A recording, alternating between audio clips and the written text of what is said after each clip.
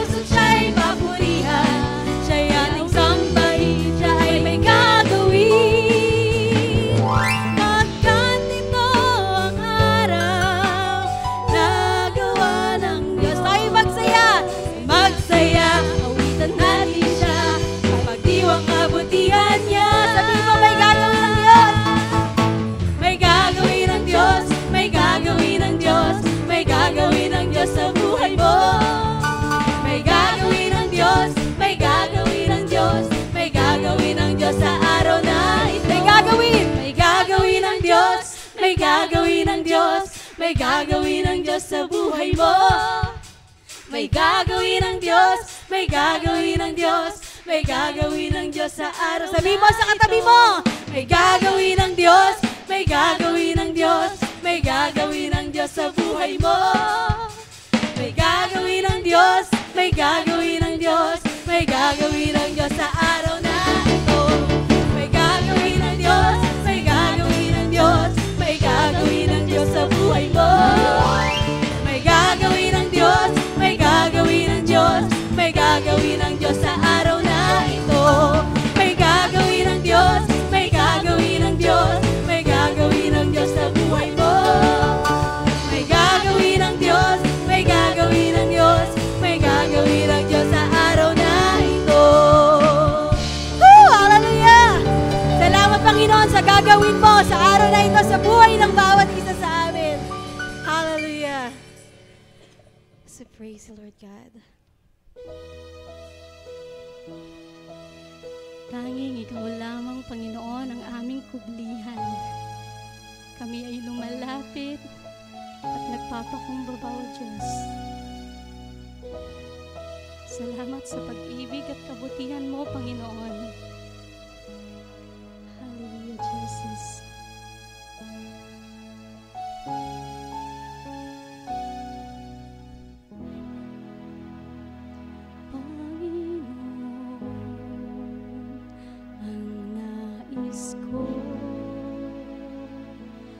Kagandahan mo ay pagmasdan, ang pag-ibig mo'y sakit tugon. Kailan may di pababayaan sa iyo lamang. Matatagpuan sa iyo lamang.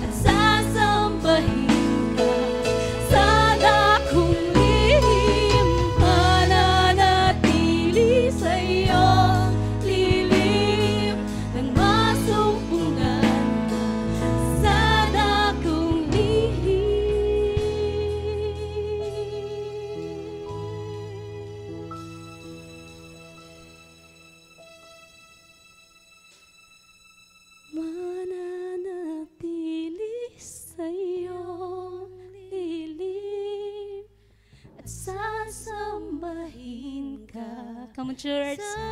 Let's worship the Lord. Hallelujah. Mananatili sa'yo, lilim nang masumpungan ka sa dakong lihim. Mananatili sa'yo, lilim at sasambahin ka sa dakong lihim. Mananatili sa'yo, lilim nang masumpungan ka sa dakong lihim. Mananatili sa'yo, lilim nang sasambahin ka sa dakong lihim. Mananatili sa'yo, lilim nang masumpungan ka sa dakong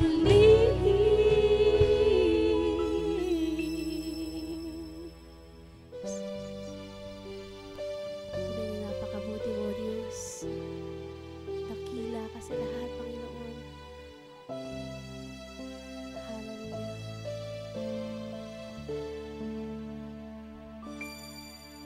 Sadyang kay buti ng ating Panginoon, nagtatapat sa habang panahon,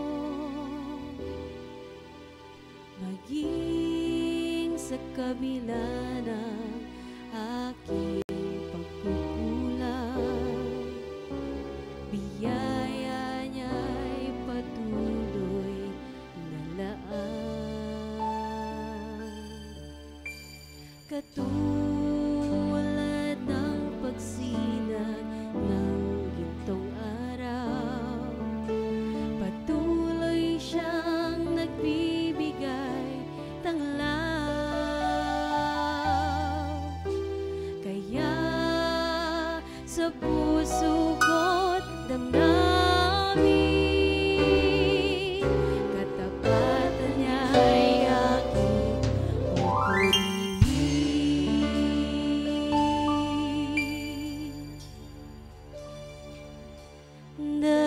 Dakila ka, O Diyos, tapat ka ngang tunay, magmula pa sa ugat ng aming lahi. Mundo'y magunaw man, maaasahan kang lagi, maging hanggang wakas nitong buhay.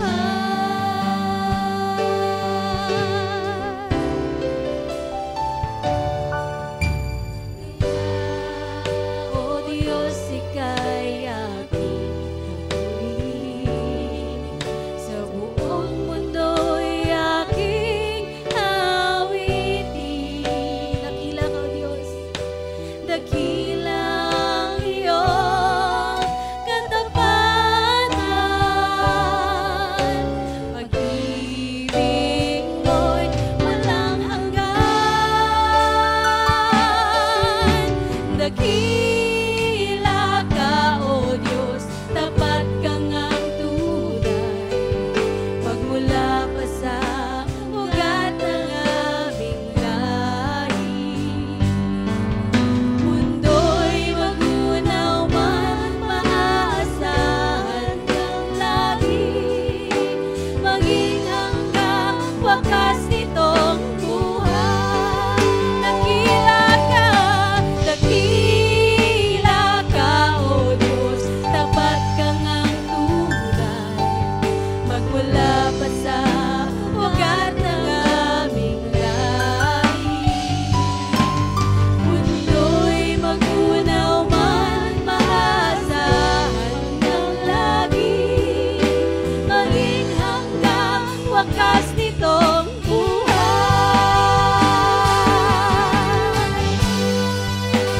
Tunay nga, O Diyos, na dakila ka, tapat sa lahat. Ikaw lamang ang Diyos naming nabubuhay noon, ngayon at magpakailanman.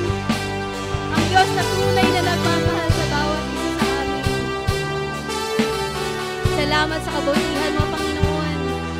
Salamat sa lahat-lahat, O Diyos. Hallelujah. Dakila ka, Panginoon. Dakila ka, O Diyos, sa habang panahon. Katapatan mo'y matibay na sandigan. Sa bawat bighati, tagumpay man ay naroon. Naluyan ang pag-asa kung kailang ay hinahon. Pag-ibig mo'y alay sa amin noon hanggang ngayon. Dakila ka, O Diyos, ika'y dakila ka. Dakila ka, O Diyos, dakila sa lahat. Dakila ka, O Diyos, dakila ka, Diyos na dakila. Dakila ka, O Diyos.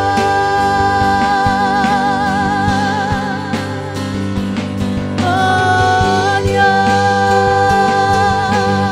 dakila ka, O Diyos. Hallelujah.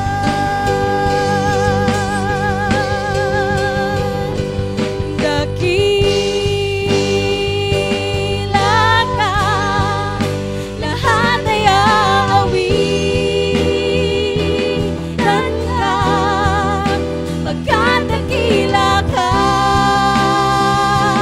O Diyos, dakila ka.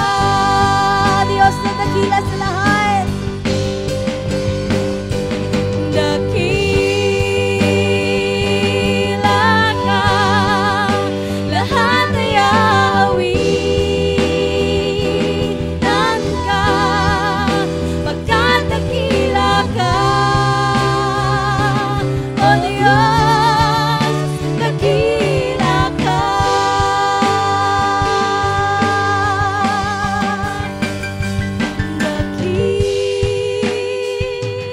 Dakila ka, lahat ay aawitan ka. Pagkat dakila ka, O Diyos, dakila ka. Sabihin mo sa Panginoon, dakila ka, O Diyos. Dakila ka, lahat ay aawitan ka. Pagkat dakila ka, O Diyos, dakila ka. Hallelujah! Dakila ka, Diyos. Dakila ka, lahat ay aawitan ka. Pagkat dakila ka, O Diyos, dakila ka. Pagkat dakila ka, O Diyos, dakila ka. Pagkat dakila ka, O Diyos, dakila ka. Pagkat dakila ka, O Diyos, dakila ka.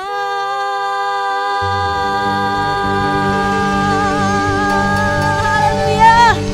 Purihin ka, O Diyos. Hallelujah! Exalt you, Lord God. Exalt your name on high. Be magnified and be glorified ang nag-iisang Diyos noon, ngayon at magpakailanman. Purihin ka, Panginoon. Dakila ka sa lahat, O Diyos.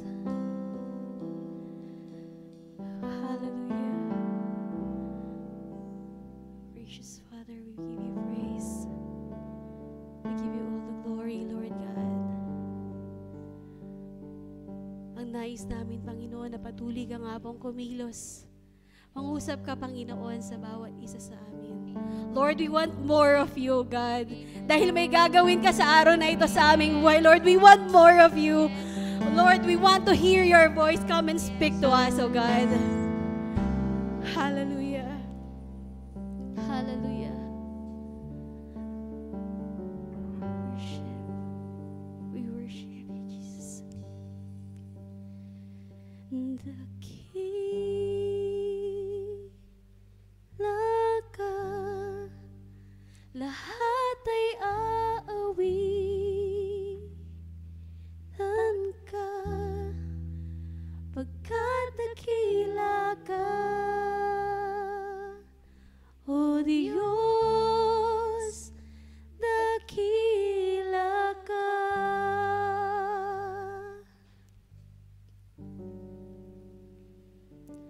Dakila ka, lahat ay aawitan ka, pagkat dakila ka, O Diyos, dakila ka.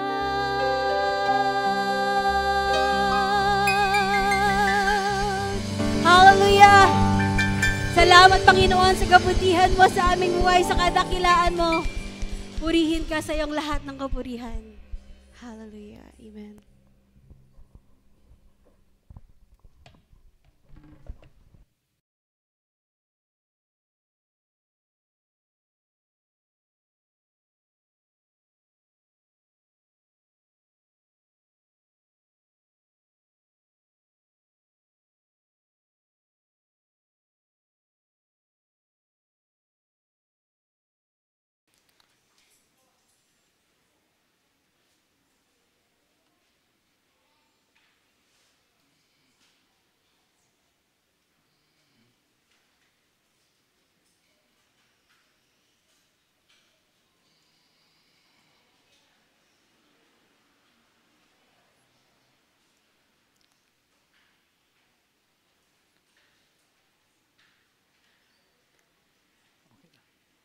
Praise God. Napakadakila ng ating Panginoon. Amen ba? Amen. So, tunay nga na bawat isa sa atin ay nandito para tunay na dakilain natin ang ating Panginoon Diyos. Amen. So, sa pagkakataong ito ay palakpakan muna natin ang ating Panginoon. Amen. Amen. Amen. Kadalasan sa umpisa, I believe that this is the day that the Lord has made para sa bawat isa sa atin. Okay. Bagamat ang bawat isa sa atin dito ay mayroong mga tinatawag na mga pangangailangan, mga needs na kailangan natin idulog sa ating Panginoon. Nandito pa rin kayo at masayang nagpupuri sa ating Panginoon. Nagpupuri, nagsasamba. Praise God.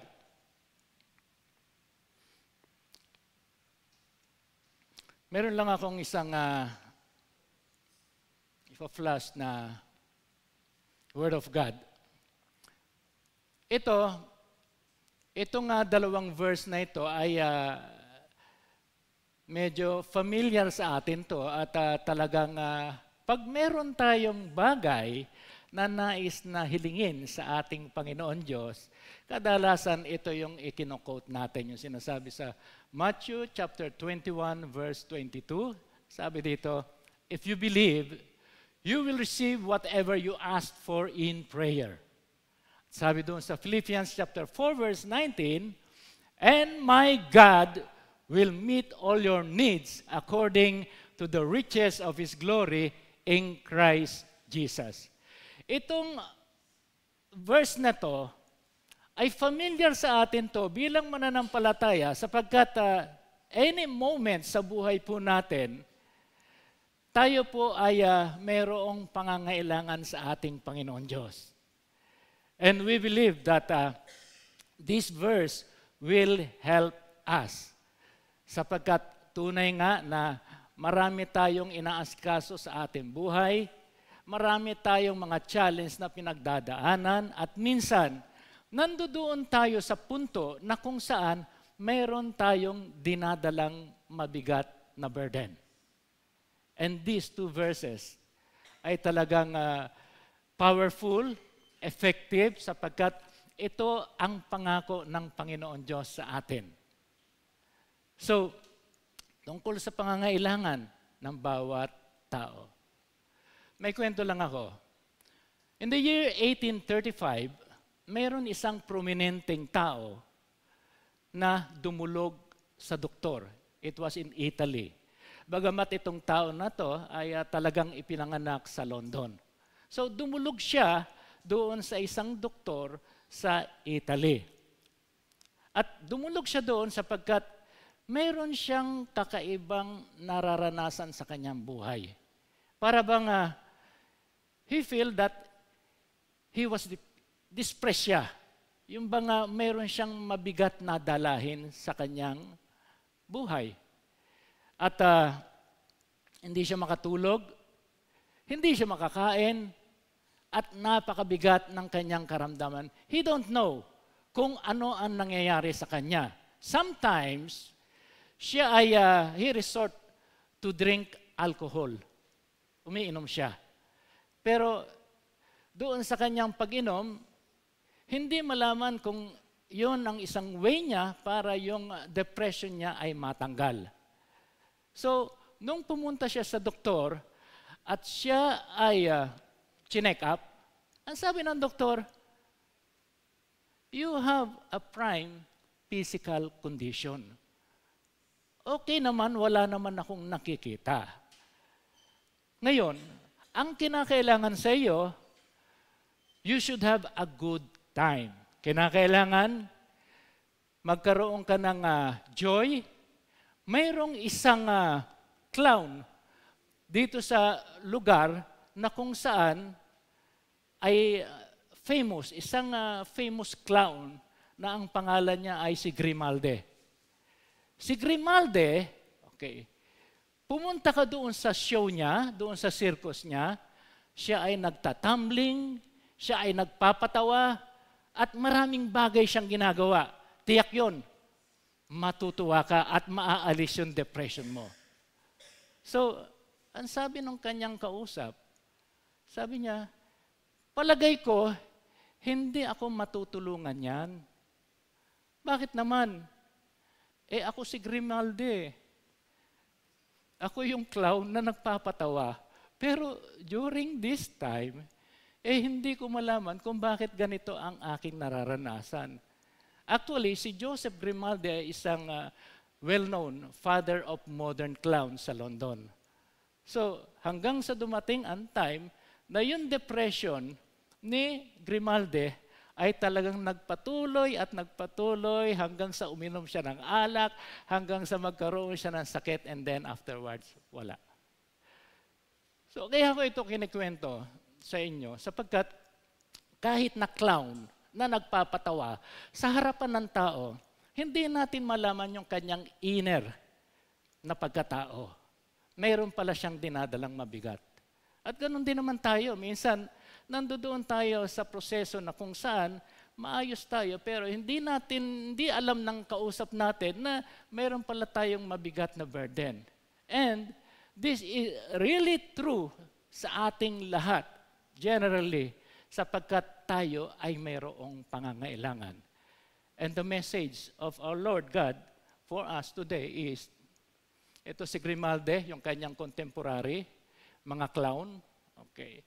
So, the message of our Lord God is about the reality of needs and gratitude. Reality of needs and gratitude. Kaya lang, iti-take natin ito sa context ng passage na ating pag-aaralan. So may I request everyone na tayo po ay tumayo at magbabasa po tayo ng salita ng Panginoon. Samahan niyo po ako sa pagbabasa ng salita ng Panginoon. Luke 17 verse 11 to 19. Now it happened as he went to Jerusalem that he passed through the midst of Samaria and Galilee. Then as he entered a certain village, there met him 10 men who were lepers who stood afar off. And they lifted up their voices and said, Jesus, Master, have mercy on us. So when he saw them, he said to them, Go, show yourselves to the priest. And so it was that as they went, they were cleansed. And one of them, when he saw that he was healed, returned and with a loud voice glorified God, and fell down on his face at his feet, giving him thanks, and he was a Samaritan.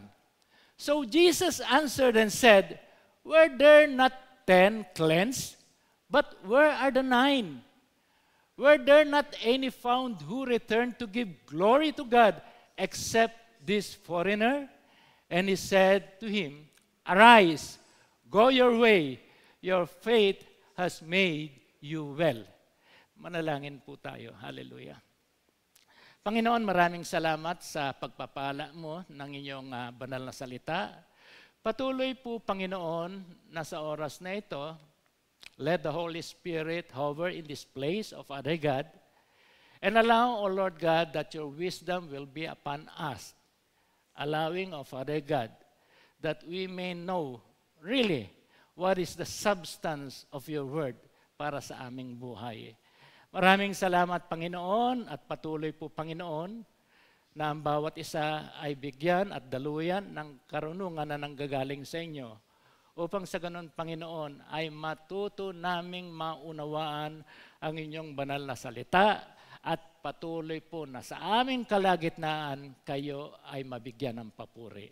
Maraming salamat sa inyo ang lahat ng pagpapala, sa inyo ang lahat ng kadakilaan, sa matamis at makapangyarihang pangalan ng aming Panginoong Jesucristo, ang lahat ay magsasabi ng Amen and Amen.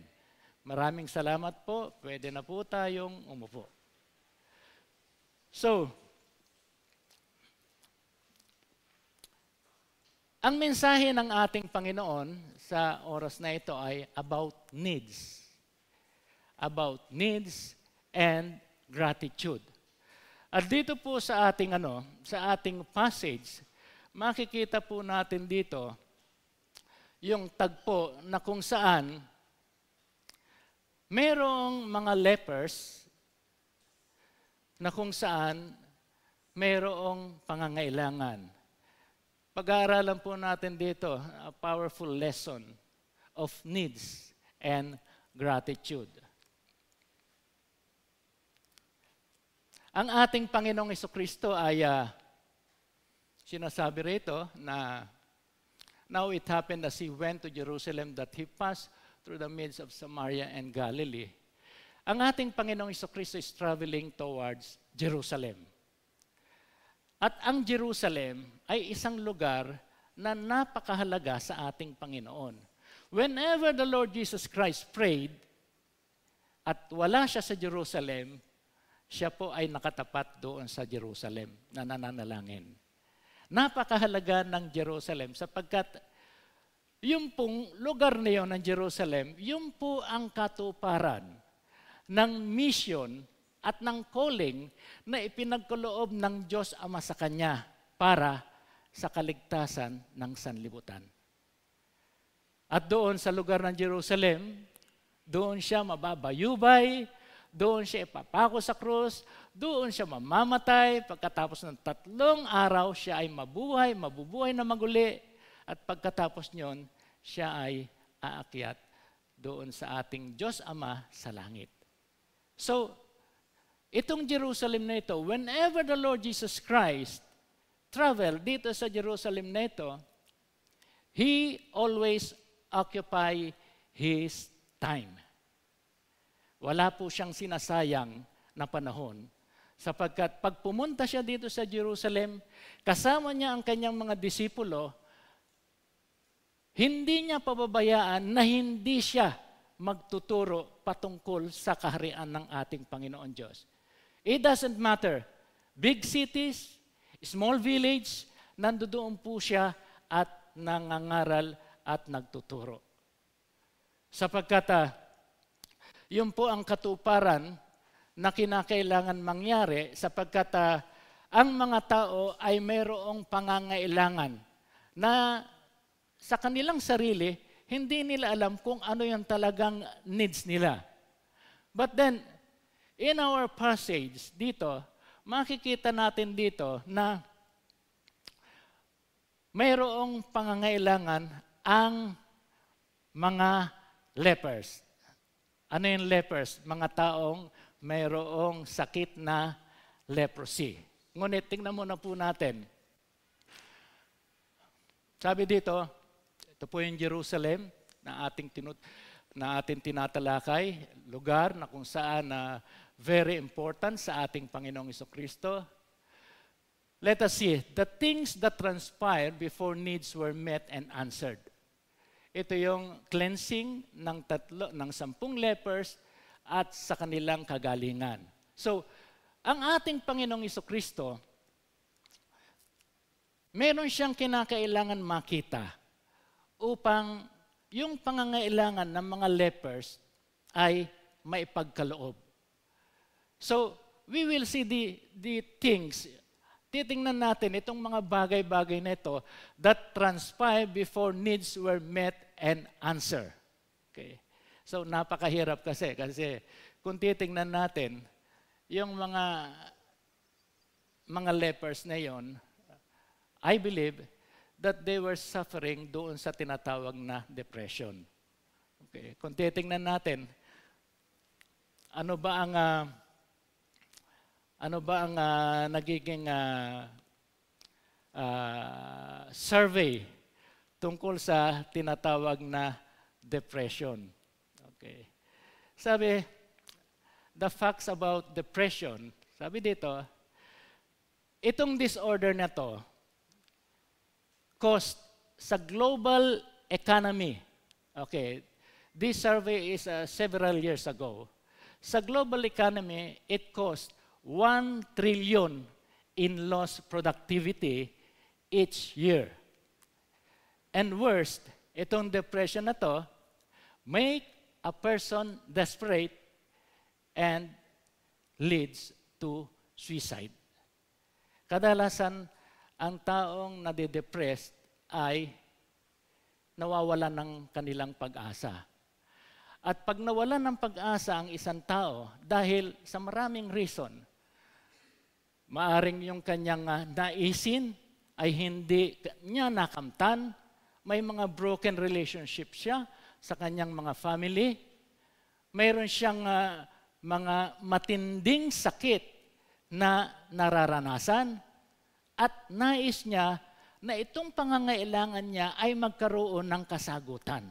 But then, pag hindi nangyari na ito ay nabigyan ng solusyon at hindi nabigyan ng, hindi niya nakamit yung kanyang pangangailangan, na de-depress niya at habang tumatagal yung depression, sometimes, dalawa ang nangyayari. It might be siya ay magkaroon ng mental disorder o kaya siya ay magpakamatay. Kaya napaka-importante sa atin na tayo, na mga mananampalataya, we should know, alamin po natin, yung bagay na kung saan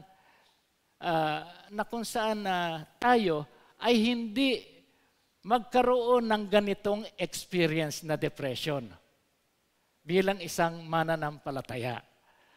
So, titingnan natin, depression is the leading cause of disability worldwide and is a major contributor to the overall global burden of disease.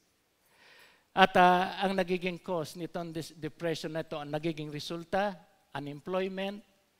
Siyempre, pag na-depress ang tao, wala siyang trabaho, wala siyang makain, poverty.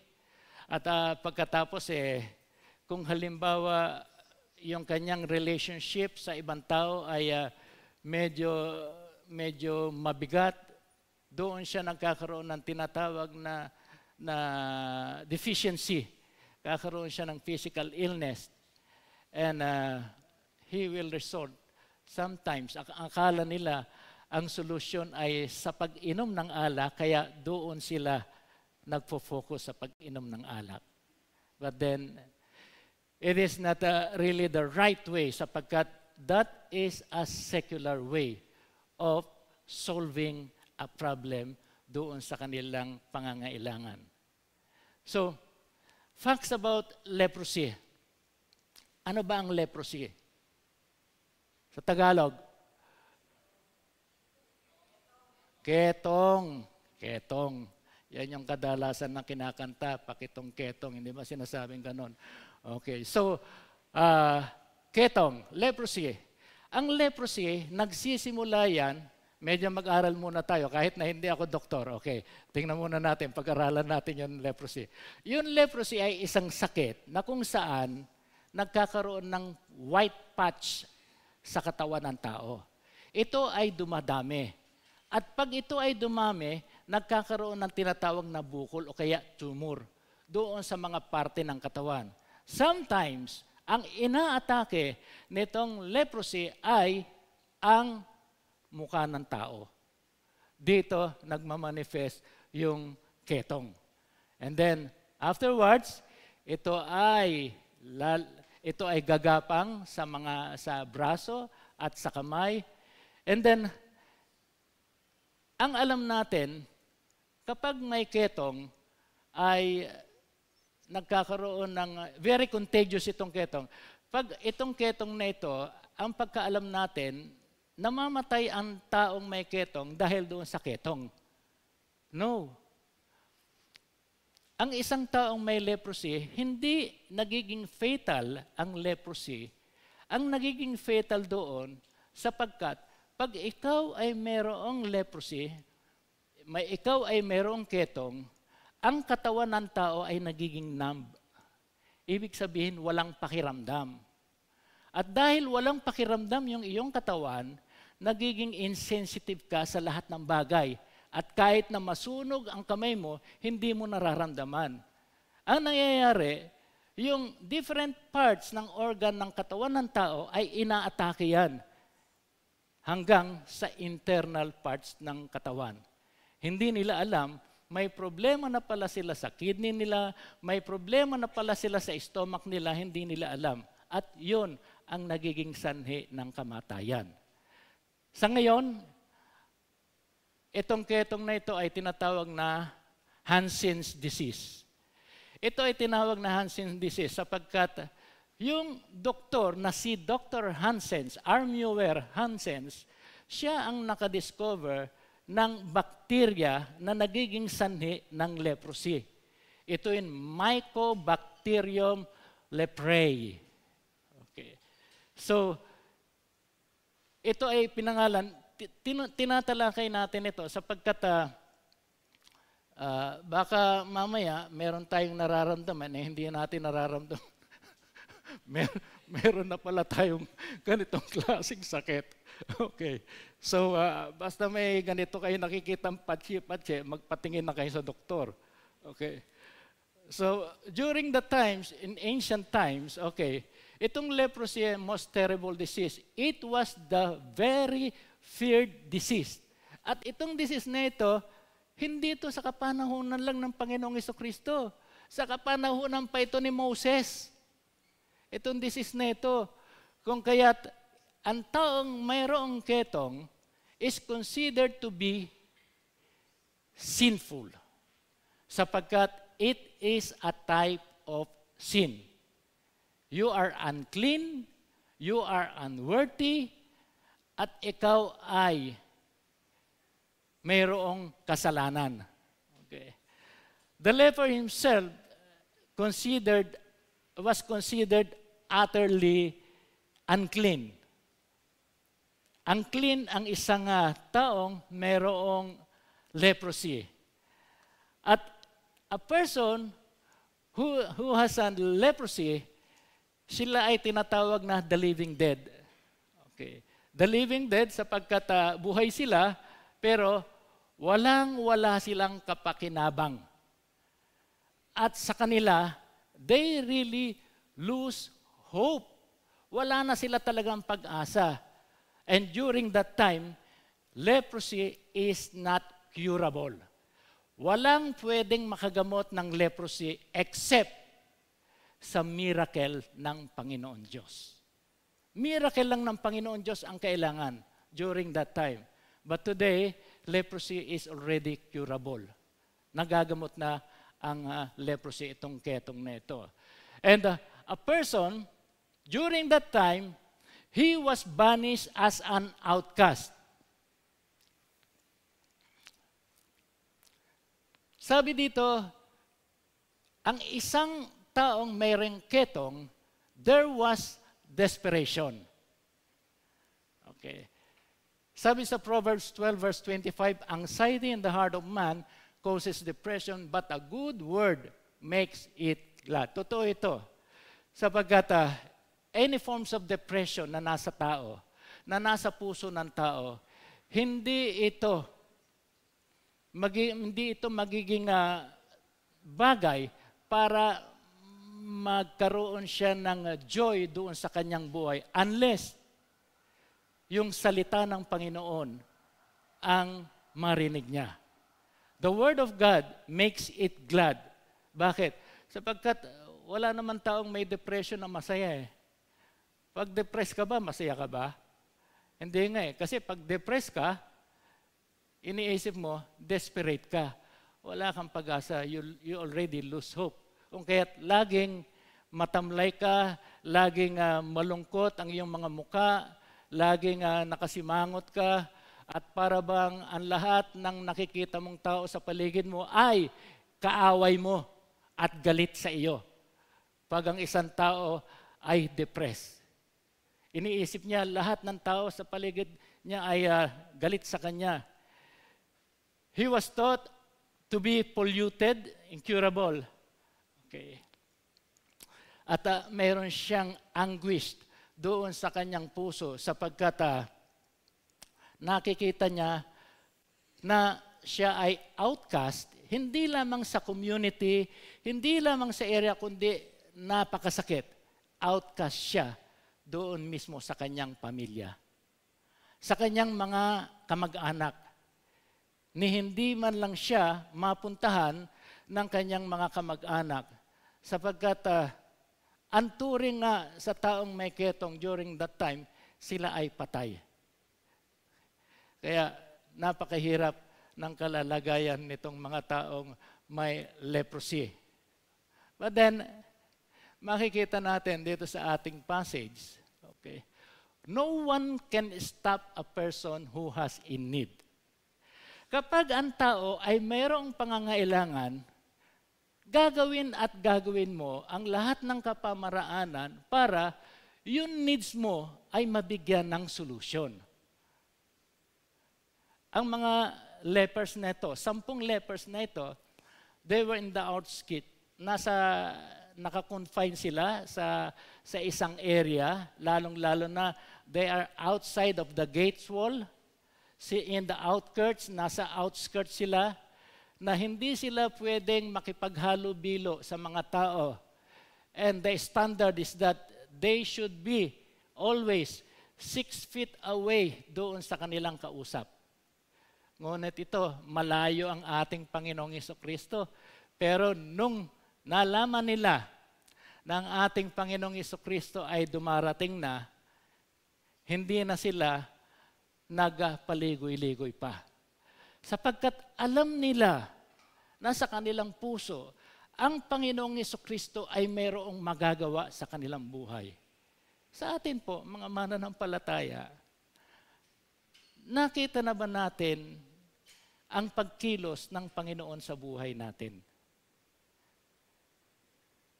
Maraming bagay na dapat nating unawain at dapat nating makita patungkol sa pagkilos ng Panginoon sa buhay po natin.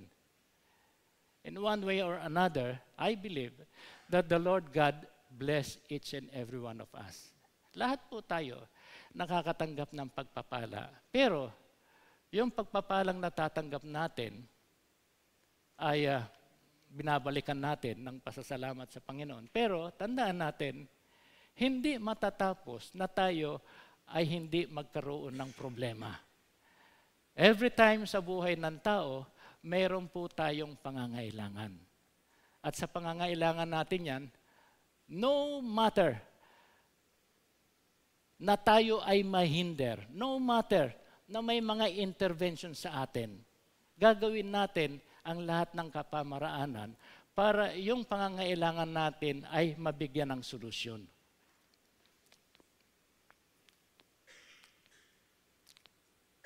Sabi dito sa verse 12 to 14, "Then as he entered a certain village, there met him 10 men who were lepers who stood afar off." Ito yung mga lepers na nandoon sa village, and they lifted up their voice and said, "Jesus, Master, have mercy on us." So when he saw them, he said to them, "Go, show yourselves to the priest." And so it was that as they went, they were cleansed.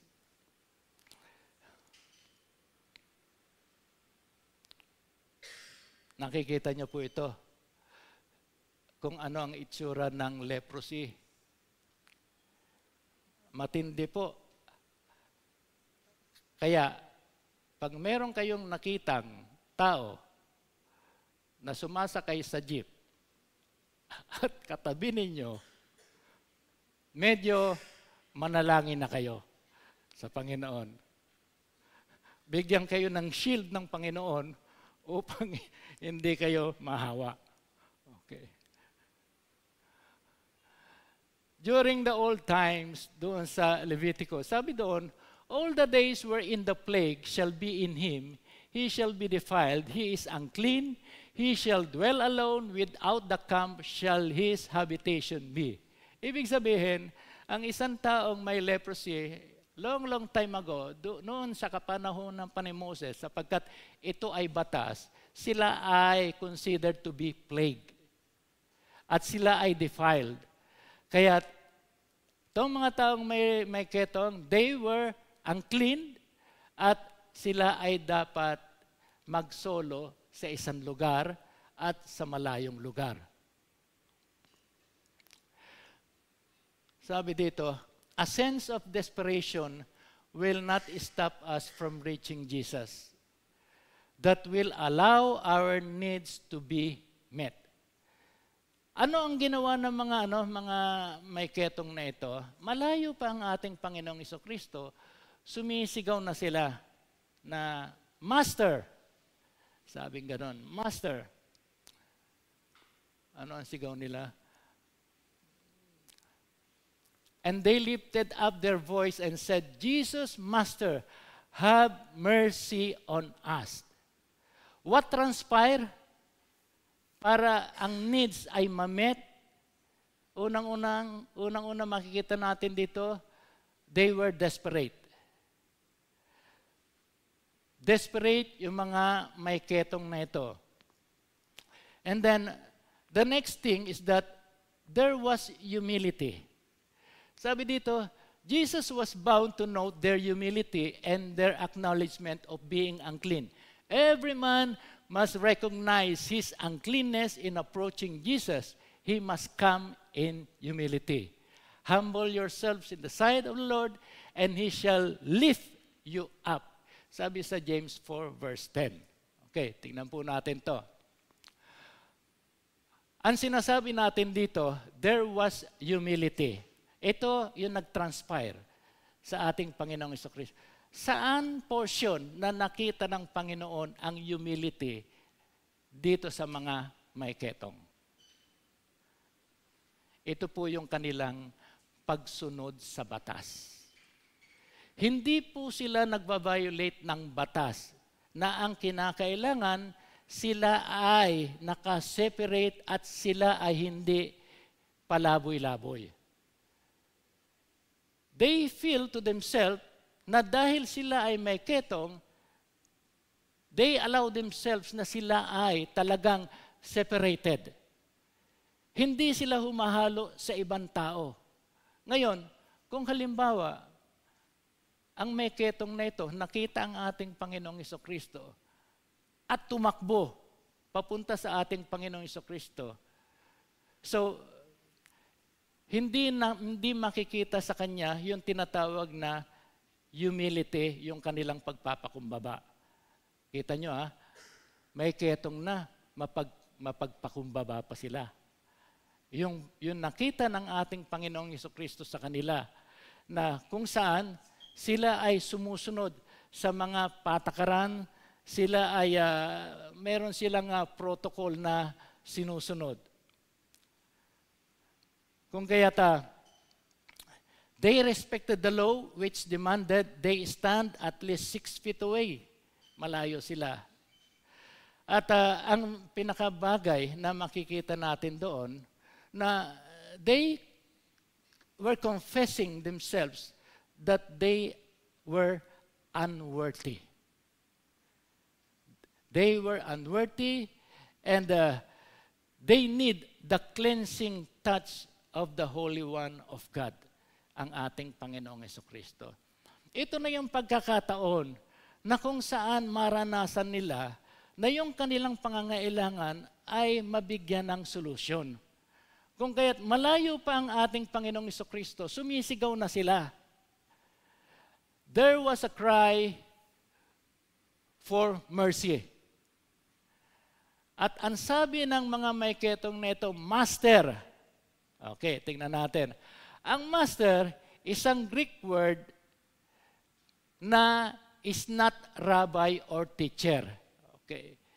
Ngunit, it should be epistata, which means the chief, the commander, the overseers, the one who has the power to meet needs. Yung pagkatawag ng mga may ketong na master, hindi yun nag-identify sa ating Panginoon as a rabbi o kaya isang teacher. Bakit? Sapagkat ang tinutukoy nila dito, ang ating Panginoong Jesucristo ay epistata, which means siya ang the chief, the commander, the overseers, the one who has the power to meet needs. Parang yan tulad sa ating bansa. Sino ba ang commander-in-chief ng ating bansa? Sino?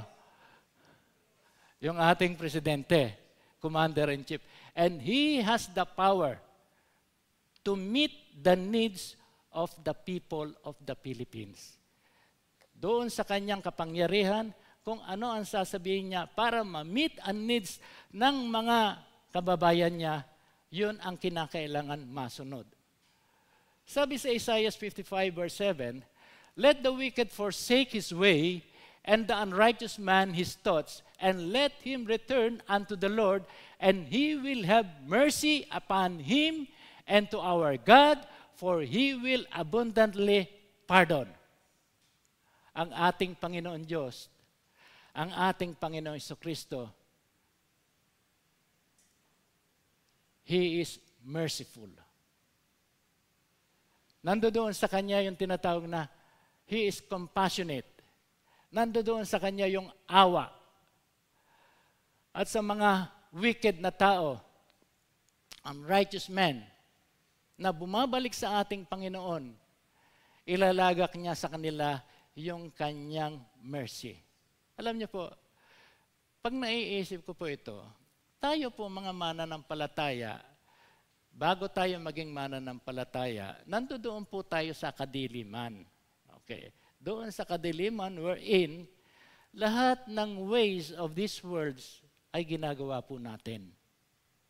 But then, because of God's mercy, dahil sa biyaya ng ating Panginoon Diyos, binigyan niya tayo ng isang regalo na kung saan pag tinanggap natin ito, tayo ay magkakaroon ng abundant life. Abundant life habang tayo ay nabubuhay pa dito, abundant life having an eternal life. Ito po yung dahil sa mercy ng ating Panginoon Diyos sa atin. Tulad nito, mga taong may leprosy, they were lepers, considered to be sin, yung mga tao na yon, nandoon inilagak ng ating Panginoong Jesucristo yung kanyang mercy, yung kanyang awa. Kung kaya't doon sa kanilang cry for mercy, doon sa kanilang pagsigaw, ay naranasan ng mga taong may ketong yung kanilang matinding pagnanasa na ang Panginoong Hesukristo ay tumingin, lumingon, at i-address yung kanilang pangangailangan. And that thing happened. Ito po ay nangyari. During that time, He is not a rabbi, ang ating Panginoon Hesukristo. He is not a teacher, na ang kailangan ng mga leprosy, may taong may leprosy, ay ang kailangan nila ay instruction o pagtuturo. No, hindi nila kinakailangan yung pagtuturo.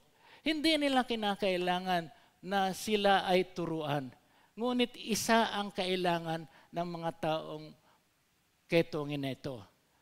Ang gusto ng mga taong may ketong na ito ay makamit ang kagalingan nila physically.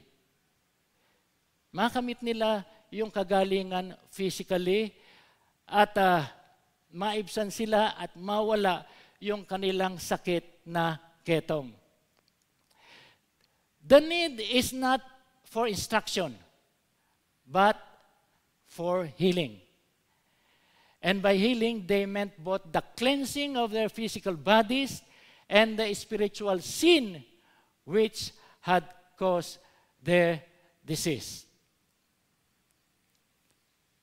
Tayo po, we think that we are healthy. Amen? Healthy ba tayo? Amen. Okay, so healthy tayo dahil lahat tayo ay nakakakilos, lahat tayo nakakapagsamba, tumatawa tayo, nakakapagpuri tayo sa ating Panginoon. Ito yung ipinagkaloob ng Panginoon Diyos sa atin. But then sometimes, ang ibang tao, they think that they were healthy, but then, hindi sila healthy. Sapagkat mayroon silang leprosy. Ang mga taong considered to be with sin has leprosy. Sila po ay may leprosy. Daig pa nga sila eh. Sila nga yung mga taong nagugumon doon sa kasalanan, daig pa nila yung isang taong merong cancer. And then, ano ang kinakailangan? Tayo po, bago tayo nakakilala sa ating Panginoon Diyos, nandoon po tayo sa side na yun eh. We all are sinners. Considered to be, we have leprosy. Meron tayong leprosy. But then because of God's mercy, yung awa ng ating Panginoon, tayo ay nakawala doon sa tinatawag na kasalanan na yan. We have been freed from the bondage of sin at tayo po ay na-release at tayo po ay ginawa ng Panginoon Diyos na new creation. So, ito yung isang mahalagang bagay na ipinagkaloob ng Panginoon Diyos sa atin that those lepers expect sa ating Panginoong Hesukristo.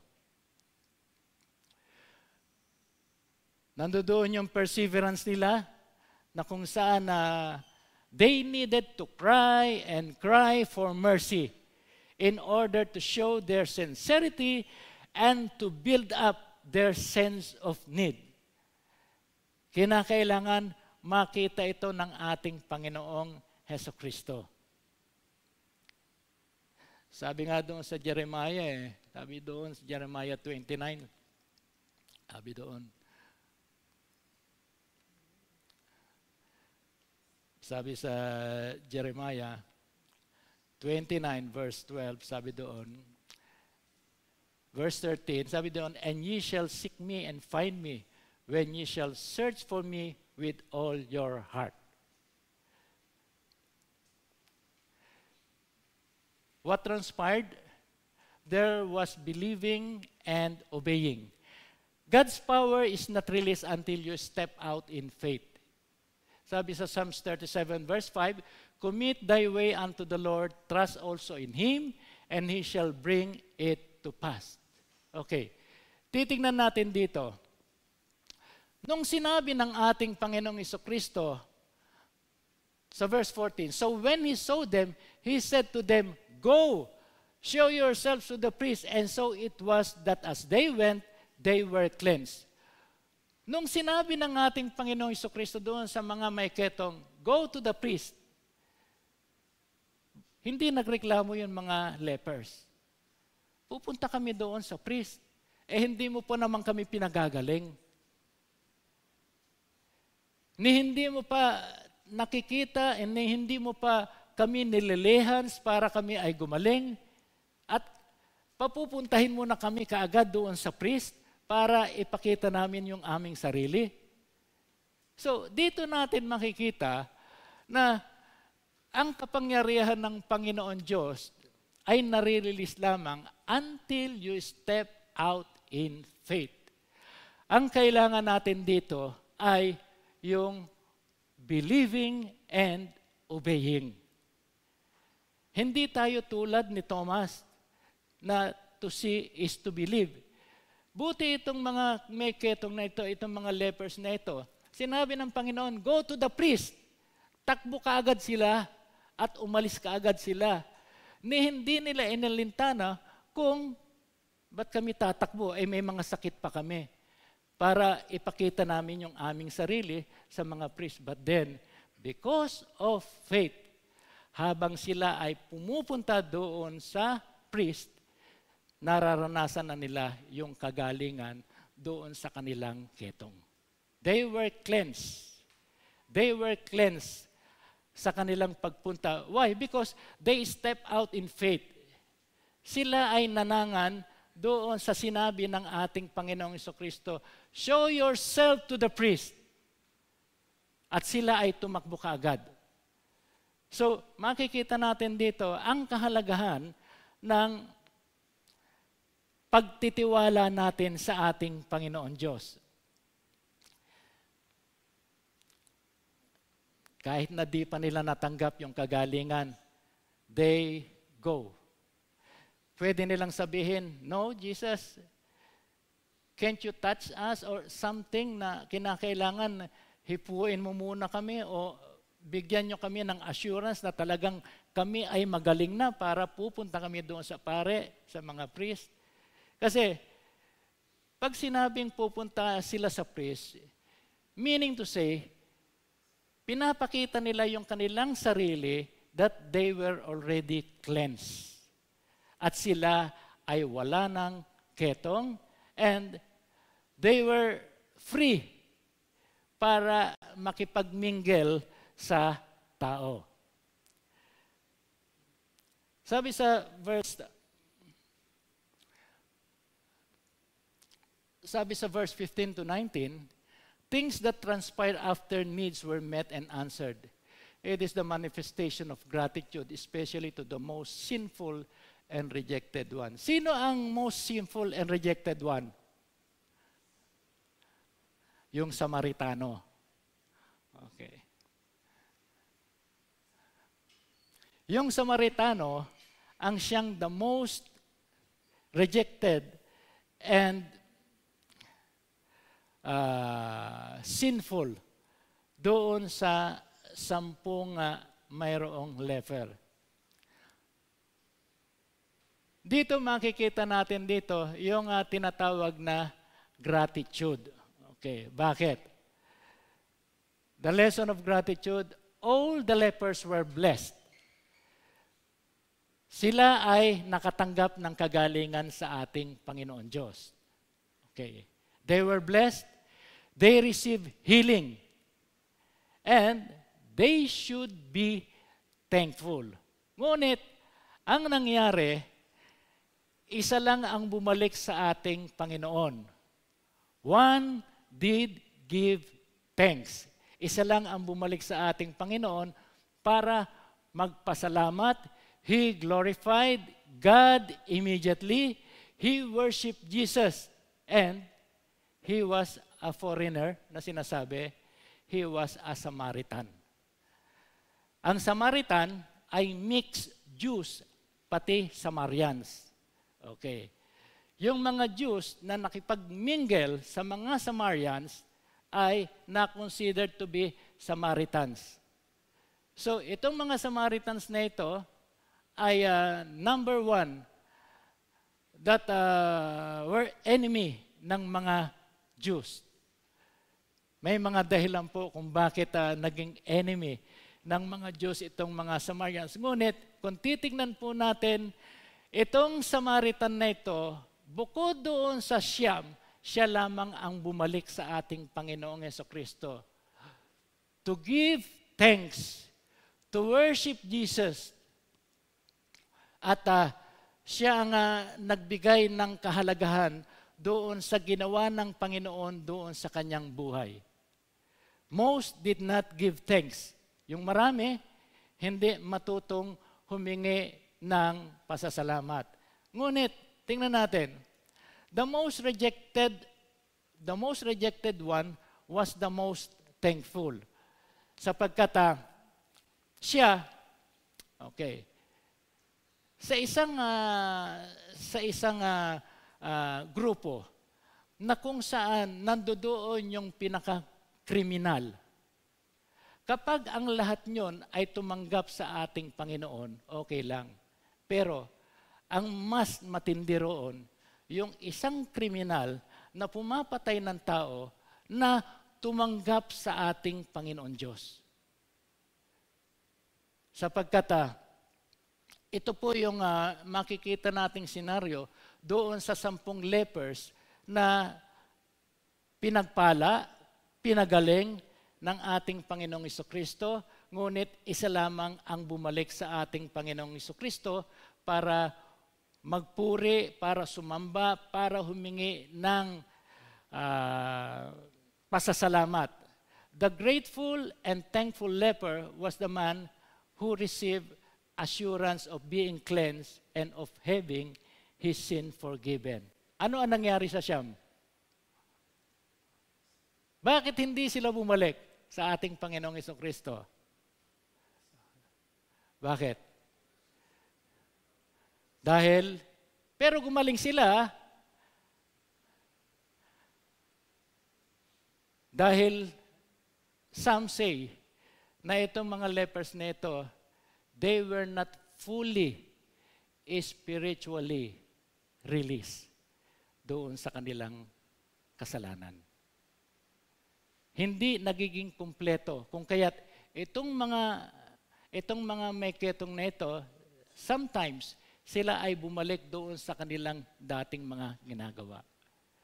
Hindi kumpleto yung release ng sa kanila. But then, ang ating Panginoon, because of mercy, hinayaan niya na magkaroon ng kagalingan itong 10 lepers na ito. But one foreigner, one person who returned to him has a full assurance of being cleansed and have their sins forgiven. Another important fact is that gratitude and praise brings assurance sa ating mga puso. It stirs Christ to speak to the human heart, giving assurance of acceptance and cleansing. Totoo po ito, sapagkat sa atin, kung halimbawa, ganap at totoo yung pagtanggap natin sa ating Panginoon Diyos, mananatili po tayo sa ating Panginoong Jesucristo. Ngayon, kung hindi nagiging ganap at hindi nagiging full yung assurance ng ating pagtanggap sa ating Panginoong Jesucristo, siguro medyo para tayong waves that we are tossed to and fro. Now we have the conclusion. The lesson of needs and gratitude must be a Christian value where Christ expects us to return to Him continually. To return, glorify, and worship Him as the source of our power and the strength for life with the presence of the Holy Spirit. Mga mananampalataya po tayo that always we should give thanks to the Lord. Hindi naman po mahirap siguro sa atin ang lagi na humingi ng pasasalamat sa ating Panginoon Diyos. Whether nandoon tayo sa mga problema, whether tayo ay nakaangat at tayo ay nandoon sa comfort ng ating buhay, we must always give thanks sa ating Panginoon Diyos. Manalangin po tayo. Panginoon, maraming salamat sa inyong banal na salita. Patuloy po, Panginoon, na i-impress mo po sa aming puso ang tunay na pasasalamat sa lahat ng ginawa mo sa aming buhay, lalong-lalo na, Panginoon, sa iyong biyaya ng kaligtasan na ipinagkaloob sa bawat isa sa amin.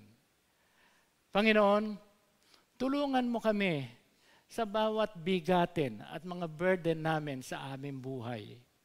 We don't know, O Lord God, what is the burden of each and everyone. But I believe, because you are the sovereign God, you are the omnipotent God. Alam po namin, Panginoon, na ang mga bagay na imposible ay posible po sa inyo. Kung gaya't, Panginoon, narito po kami, Panginoon, nagpapasalamat ng buong puso as we are having the assurance of salvation, Panginoon. And we are heirs of those many promises na ipinagkaloob nyo sa amin. Panginoon, maraming salamat. Lord God, sa aming puso, Panginoon, we feel joy in our heart. And in us, O Father God, we thank the Holy Spirit for giving us guidance in everything. Maraming salamat, Panginoon, at sa inyo po namin binabalik ang pinakamataas na papuri at pagsamba sa makapangyarihang pangalan ng aming Panginoong Jesucristo. Ito po ang aming dalangin, ang lahat ay magsasabi ng Amen and Amen. Palakpakan natin ang Panginoon.